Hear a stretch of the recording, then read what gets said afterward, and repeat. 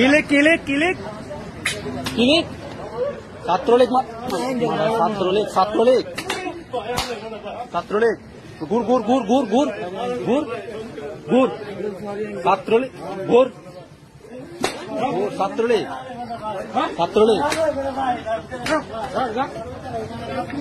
ছাত্রলীগ। আসসালামু আলাইকুম ভিউয়ার্স, সবাই কেমন আছেন? আল্লাহর মধ্যে সবাই ভালো আছেন। কেটিভিতে আপনাদের স্বাগত জানাচ্ছি, আমি কামরুল হাসান। আজকে যে বিষয়টা নিয়ে কথা বলতে আসছি, আপনারা ইতিমধ্যে সোশ্যাল মিডিয়ায় দেখেছেন যে সেনাবাহিনী একটা লোককে পিটাচ্ছে, আর লোকটা বলতেছে আমি ছাত্রলীগ। আমি ছাত্রলীগ ছাত্রলীগ হলে কি সবকিছুর ঊর্ধ্বে, আইনের ঊর্ধ্বে? ছাত্রলীগ হওয়া মানে কি তুমি সব আইন ভঙ্গ করতে পারবা? তোমাকে কি বাংলাদেশ সংবিধান সে অধিকার দিছে যে তুমি ছাত্রলীগ, তুমি যা খুশি তাই করতে পারবে? এখন বলেন, ছেলেটা আবার আরেকটা ভিডিও আপলোড দিছে, ওখানে বলতেছে আমি বিড়ি কিনতে গেছিলাম, বিড়ি শেষ হয়ে গেছে। তো বিড়ি কিনতে যাওয়ার পর রাস্তায় সেনাবাহিনী আমাকে পিটাইছে। দুই একটা চট কানা খাইলে কিচ্ছু আসে যায় না, কারণ আমরা ছাত্রলীগ। আমরা কি শুধু মায়ের খাই? আমরা তো মায়ের দিই। কত বড় আহাম্মক, কত বড় গর্দব দেখছেন? তোমার মতো এরকম ছাত্রলীগ দরকার নেই। তোমার মতো ছাত্রলীগ টাকার চাইতে না থাকা অনেক ভালো। তুমি যে হোক, তুমি ছাত্রলীগ হও, ছাত্রদল হও, জামাত হও, শিবির হও, যে হও, তুমি আইনের ঊর্ধ্বে না। তোমাকে আইন মেনে চলতে হবে। দেশে এখন লকডাউন চলতেছে, তোমাকে বিনা প্রয়োজনে কেন ঘরের বাইরে যেতে হবে? মায়ের তো খাইছো গাইছো, আর বলতেছো আমি ছাত্রলীগ, আমি সরকারের পক্ষ, আমাকে মারা যাবে না। কি মনে করছো ছাত্রলীগ কি সবকিছুর ঊর্ধ্বে? আবার বলতেছো যে সময় আসলে দেখাবো, আমরা কি শুধু মার খেতে পারি, আমরা মার দিতে জানি না? তোমার মতো মানুষের দরকার নেই। যে লোক দেশের আইন মানে না, আইন শৃঙ্খলা মানে না, তার দরকার নেই।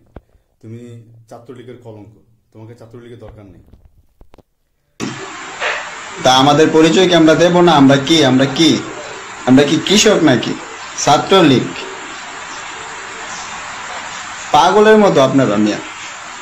দু একটা চটকোনা খেলে কি হয়ে জায়গা? আজকে আমাদের গোলাম রাব্বানি বাঁচান থাকলে এরকম দিন দেখতে হইতো না। তুমি ছাত্রলীগ হও, ছাত্রদল হও, জামাত হও, শিবির হও, তোমাকে তোমার কাজ দিয়ে তোমার দলের নাম উজ্জ্বল করতে হবে। তোমাকে দেখতে হবে দেশ বড়, দল বড় না, দেশ বড়। দেশের জন্য কাজ করতে হবে, দেশের জন্য শ্রম দিতে হবে। তুমি আহাম্মকের মতো রাস্তায় গিয়ে বলবো আমি ছাত্রলীগ, আমাকে কিচ্ছু করতে পারা যাবে না, এটা ভুল। এটা তোমার ভুল ধারণা।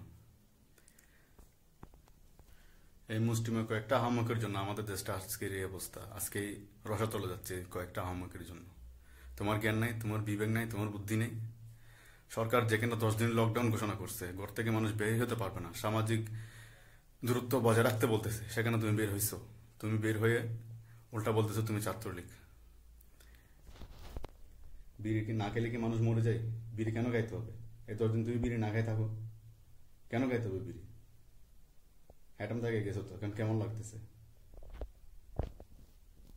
মায়ের তো খাইছে গেছে, আবার উল্টা দাম বইকতে দেখাচ্ছ যে তুমি দেখি নেবা, পরে দেখি নেবা। কাকে দেখি নেবা? তোমাকে কে মারছে? তোমাকে কে মারছে? তোমাকে কি বিএনপি মারছে, জামাত মারছে, শিবির মারছে? তুমি কাকে দেখে নিবা? তুমি কাকে দেখে নিবা? তোমাকে মারছে দেশের আইন শৃঙ্খলা রক্ষা করে বাহিনী, সেনাবাহিনী পিটেছে তোমাকে। তোমার লজ্জা থাকা উচিত।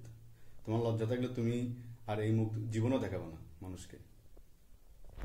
তোমার লজ্জা থাকা উচিত, আত্মসম্মান বোধ থাকা উচিত। তুমি কিভাবে এই চেহারা তুমি এখন তোমার ফ্যামিলিকে দেখাবো? তুমি কিভাবে এখন রাস্তায় বের হবা? তোমার চেহারা তো সবাই দেখছে, তোমাকে কিভাবে পিটেছে এটা তো সবাই দেখছে, আমরা তো সবাই দেখছি। আর আহাম্মকের মতো বলতেছো যে তুমি দেখে নিবা। কাকে দেখে নিবা? তোমার চেহারা দেখে তো মনে হয় তুমি জীবনে স্কুল কলেজে তারা কাছে যাও নাই। তোমার চেহারা দেখছো? তুমি আইনে তোমার চেহারা দেখছো? আগে গিয়ে ভালো করে নিজের আয়নায় নিজের চেহারা দেখো, দেখার পর তারপর এসে কথা বলবা। এই বিষয়ে ছাত্রলীগের সভাপতি একটা বিবৃতি দিছে। সে বলছে ওই ছেলেটা নাকি ছাত্রলীগের কেউ না, ও নাকি মালয়েশিয়া থেকে আসছে, মালয়েশিয়া থেকে এসেই ও এই কর্মকাণ্ডগুলো ঘটাইছে। ও ছাত্রলীগের কোনো অংশ না। তো ভিউয়ার্স, শেষ কথা হচ্ছে, কেউ আইনের ঊর্ধ্বে না, সবাইকে আইন মেনে চলতে হবে, সরকারের নির্দেশনা মেনে চলতে হবে। যে যেখানে আছে সেখানে থাকতে হবে, সামাজিক গুরুত্ব বজায় রাখতে হবে। ঘরে থাকুন, নিরাপদে থাকুন। আজকের ভিডিও এই পর্যন্তই। আল্লাহ হাফেজ। সবাই ভালো থাকবেন, একে অপরের জন্য দোয়া করবেন। আল্লাহ হাফেজ।